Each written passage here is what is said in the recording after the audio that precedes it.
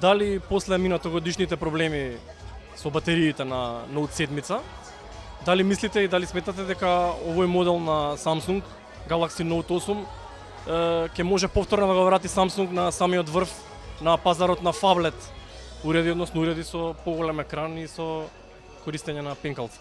Pa evo, prvo par stvari da kažem, svakako vredna lekcija koju smo prošle godine imali. Mi kao kompanija smo iz te lekcije praktično dobili nekoliko zaključaka. Prva stvar je da nam je brend izuzetno jak, obzirom na broj uređaja koji se kasnije prodao, odnosno S8 koja je kasnije došla i gde smo videli da imamo porast prodaje u odnosu na prethodne modele.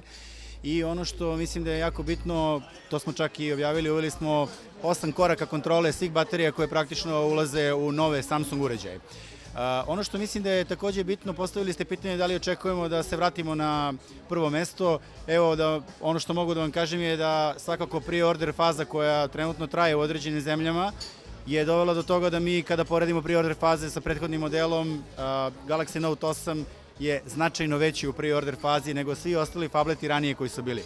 Ja verujem da je upravo ovo uređaj koji će, ne mogu da kažem vratiti nas na prvo mesto, jer u fablet kategoriji mi smo na prvom mestu odavno, ali će nas na tom mestu zadržati i bit ćemo sigurno tu da odgovorimo i kasnije na pitanje kako planiramo da se održavamo i u budućnosti na tom mestu.